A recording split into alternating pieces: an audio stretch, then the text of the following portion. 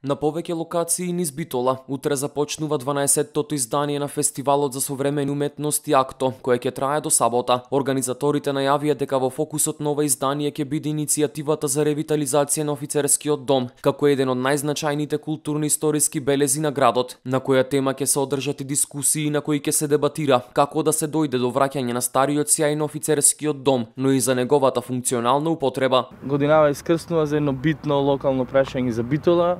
кој што се обидуваме преку култура и уметност да го артикулираме, да дадеме еден нов поглед, да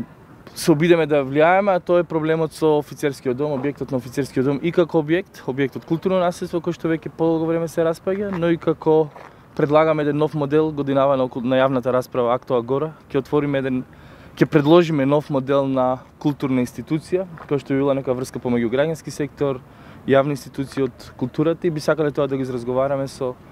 еден поширок круг на граѓани. Поканивме граѓани од сите сфери, значи од експерти,